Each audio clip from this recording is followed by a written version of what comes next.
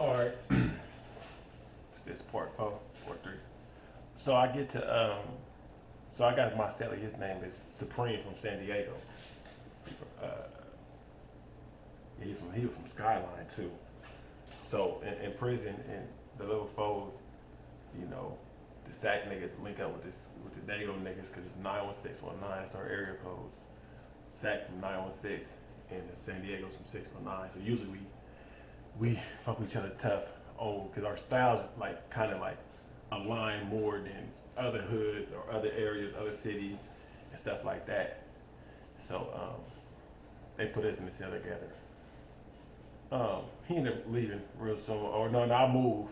They moved me to the lower yard because it was a riot over there, and they needed some people who wasn't involved to be in GP section. So I go over there, and I get in the cell with the homie from Two P's named Lil Spice. He's called LS, Lil Spice. We was cool. He was already like institutionalized, so it was weird for me to have to deal with like his mood swings and his prison mentality because like I really didn't get it at that point. I was still fresh to it, and he was cool though. When I look back, like I thought he was weird, which he was because he was in prison for all them years. And not to say there's nothing wrong with him. It was just weird. Just means that you like it's not understood. It's different. That's what weird means. And so he was just different. Like I didn't get it. Other prison niggas who been there long got it. Fucked with him. That's the homie. And he's a solid nigga. Whooping on niggas. Short niggas, stocky nigga, whooping on niggas easily. Uh, he's from Two P's and the B. He also from this clique called E-Dub, Every Woman's Fantasy. I thought that was funny because he always had something to say about the Zillas, but you from a clique yourself. But not saying nothing bad on him, neither though, because he busts his moves. Like, but I was mad at him because he knew how to do a lot of things, and I didn't understand it, like hustling. And so my homie Clutch, who came there with me, we on the same yard. I was in 4 block, he was in 1 block. So I just was like hella skeptical about selling drugs, and Spice thought I was like hating or not really fucking with him because I wasn't getting it because my homie wanted to give it to me. I just didn't want to take them chances because I didn't know how to divide it up. I didn't know what cost or nothing.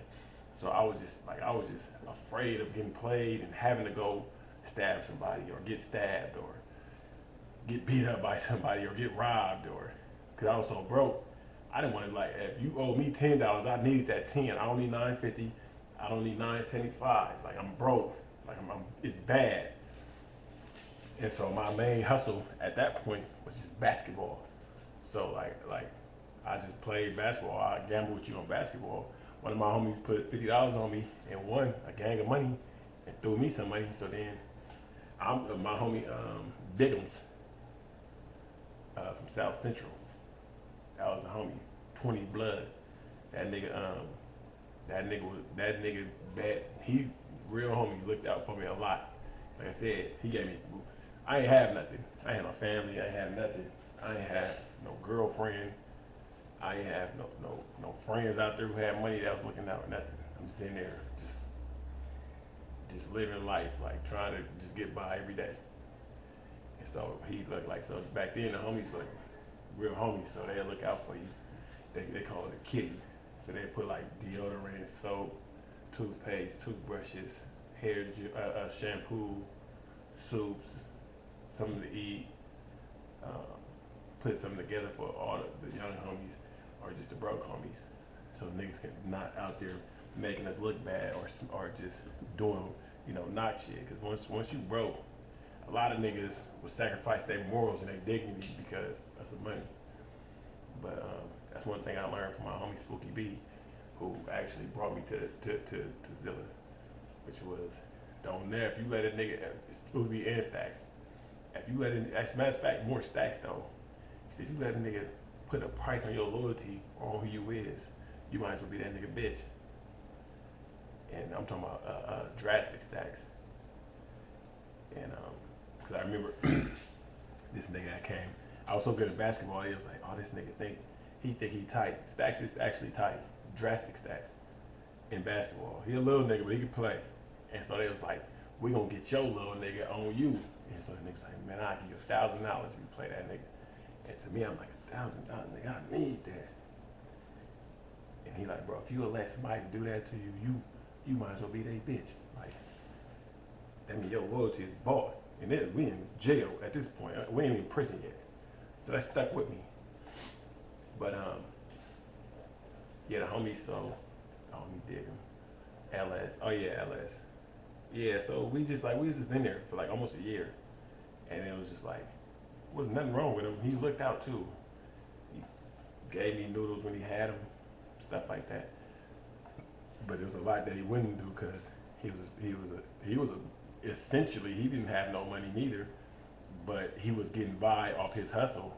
And what another man look like, taking care of another man off his hustle. Once again, might as well be your bitch. So yeah, so that was just, so I got tired of that. And then LS was already, I think, like 30. I forget how, but I thought he was old because I was only 19. I'm like, this nigga old as hell. And I was like, damn, he's an old ass nigga. But he really was that old. He worked out, did all that. And so yeah, I ended up moving in the cell. I moved twice. So in order to get out of there, I moved in there with this nigga named Young Trey. He was from Riverside, I want to say. He said he wasn't a Crip, but he talked like a Crip, act like a Crip, all that. So I was just like, this nigga funny. So I ended up making a reason to move out of there, like, oh, this nigga a Crip, I gotta go. But he was a non-affiliate. And so, because on the 180s, you only settle with your homies. You don't settle with another card. Unless it's like, so since I'm from Sac, I can settle with a Bay nigga, because I'm from Sac. But most LA niggas ain't gonna settle with a Bay nigga. You might find some, but most times you won't. But yeah, or like Stockton, maybe I can settle with Stockton. More up north, like if you're up north blood, I can settle with you. If you're LA blood, I can settle with you because I'm a blood. But a lot of up north bloods don't like it because they feel, I don't know what they feel, but it seemed like they got some kind of feelings towards it, and so they don't do it like that. But I did multiple times. So I go in there with Trey, and then the police wouldn't move me because they said, oh, you moved too many times, so you gotta wait a week. So like, wait a year? I'm like, that's crazy. So on our regular police day off, I ended up doing a move, me and a homie from Fresno. Like me, I act like I can't be in there with this nigga Trey no more, like we finna fight, cause I have him like tell the police like, oh man, I can't be in here or whatever. So then they like, there's nowhere for you to go or PC. And I'm like, oh wait, my homie over there, he in there, I go over there with him. And they like, you would go over there? Like, you would? I'm like, yeah, I go over there. And he's like, all right, go. So I moved over there with him. And then our regular police came back, and it was like, what? How did this happen? And we was like, bro, like it happened. The lieutenant signed off, so you can't say nothing.